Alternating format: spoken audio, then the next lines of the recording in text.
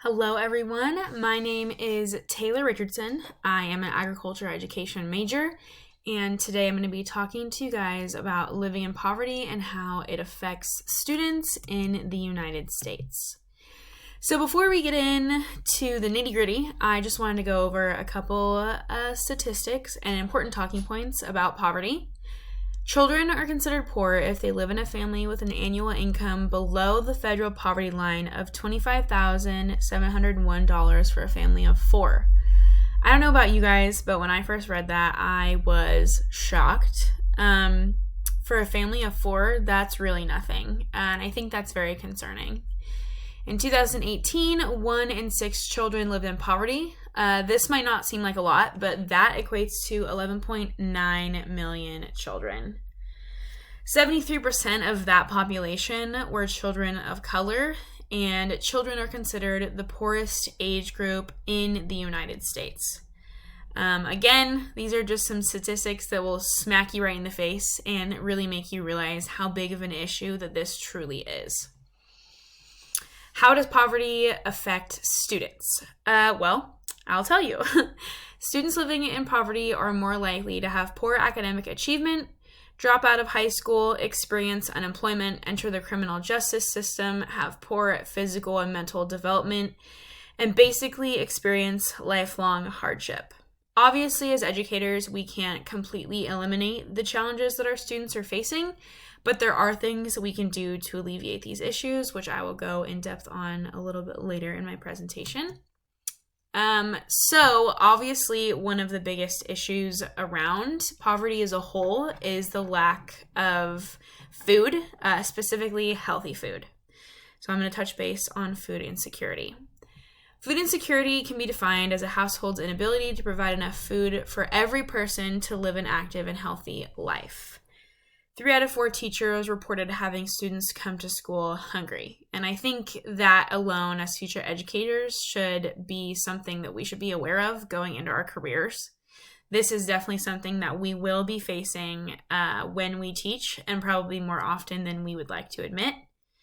Children that face food insecurity are more likely to repeat a grade in elementary school, experience developmental impairments, and have social and behavioral problems. This will directly impact us as educators in trying to navigate these issues. It is projected that 18 million children could face food insecurity this year alone, and that is obviously with the current global pandemic that we are in, it's harder for kids to have access to different programs, especially now that everybody is in quarantine or in lockdown or they aren't in school for as long.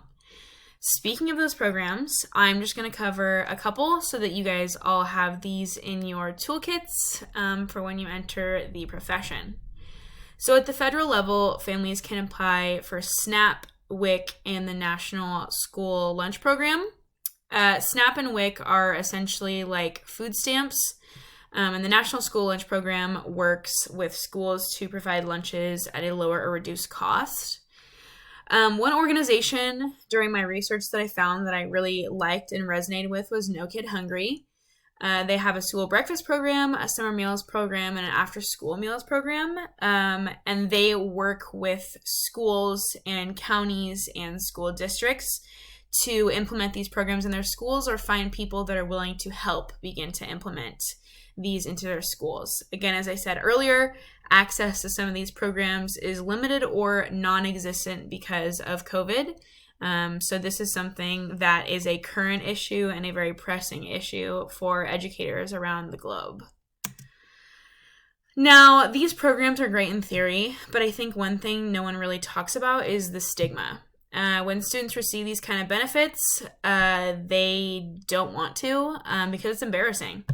This can lead to them not wanting to utilize these services, getting bullied, or having behavioral problems because of this. So with this being said, what can we do? For starters, we can work on creating a positive classroom culture and forming strong relationships with our students so that everybody is more comfortable with each other and knows each other on a more personal level.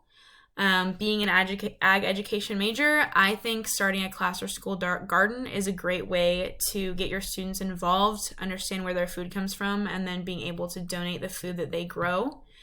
You can also have a snack stash in your classroom ready in case your students ever come to school hungry. You can encourage the establishment of food drives in your classroom or at your school. It really doesn't take a lot to get one of these started, and any family food bank would be more than willing to take what you gather. Also, it's important to stay involved. Get involved in policy at the local level, state level, federal level, and really be an advocate for your students.